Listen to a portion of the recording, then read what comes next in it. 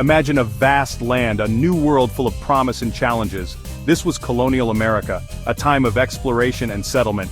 As colonists built their lives, education became crucial. It was seen as a way to transmit knowledge, build communities, and ensure success in this unfamiliar territory. From the rugged coast of New England to the fertile fields of the southern colonies, education took root in diverse ways. Each region developed its own approach to learning, shaped by its unique social, economic, and religious landscape. These early efforts to educate would lay the foundation for the American education system, shaping the nation's values and aspirations for generations to come. In New England, the Puritans, driven by their religious beliefs, placed a high value on literacy. They believed that everyone should be able to read the Bible for themselves. This led to the establishment of town schools, where children learned basic literacy and religious doctrine. The most famous example of this commitment to education was the founding of Harvard College in 1636.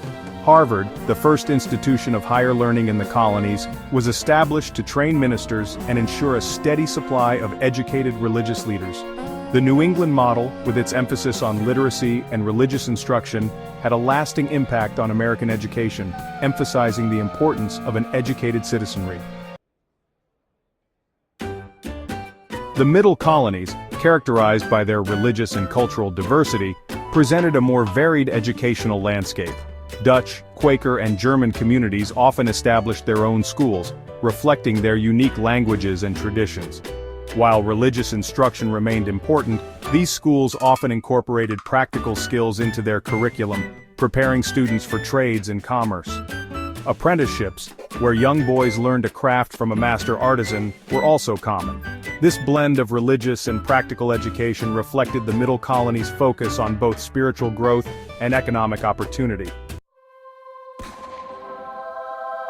The sprawling plantations of the southern colonies presented unique challenges to education.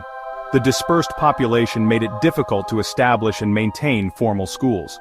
Education in the South often took the form of private tutoring for the children of wealthy planters.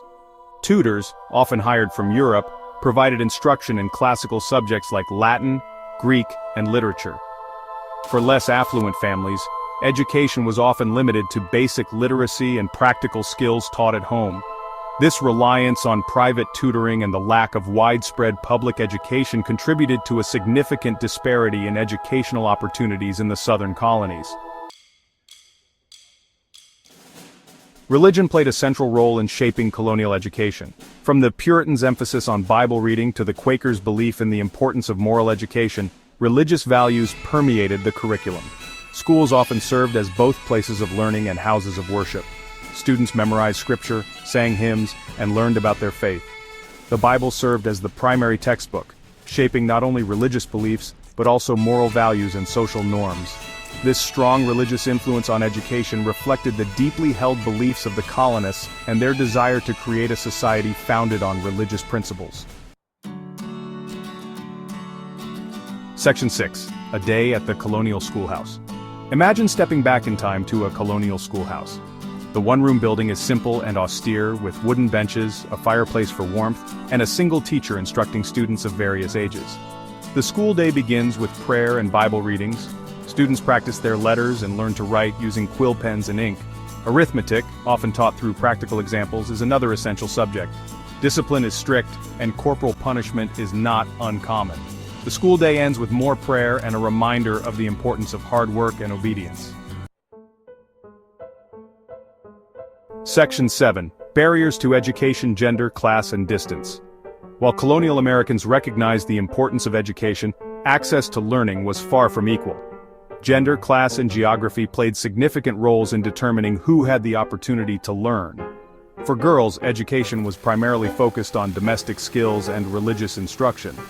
While some girls attended dame schools where they learned basic literacy from female instructors, higher education was largely unavailable to them. Children from poor families often had to work to help support their families, limiting their access to education. And for those living in remote areas, the distance to the nearest school presented a significant obstacle. Section 8. Education's enduring legacy. Despite its limitations, colonial education left an indelible mark on American society. The emphasis on literacy laid the groundwork for a more informed and engaged citizenry. The establishment of early colleges like Harvard demonstrated a commitment to higher education that would shape the nation's future. And the ideal of education as a means of social mobility, though not fully realized during the colonial era, would continue to resonate in American thought. The colonial period, with its diverse approaches to education, sowed the seeds for a nation that would come to value learning, knowledge, and the pursuit of intellectual enlightenment. Section 9. Conclusion: Shaping the Future. Colonial education, though varied and often unequal, played a crucial role in shaping the future of the United States. It established a foundation of literacy, religious values, and a belief in the power of education to transform lives. While the one-room schoolhouses of the colonial era may seem a far cry from the modern education system, the fundamental belief in the importance of learning has remained a cornerstone of American identity. The challenges and triumphs of colonial education serve as a reminder of the enduring power of education to shape individuals and nations.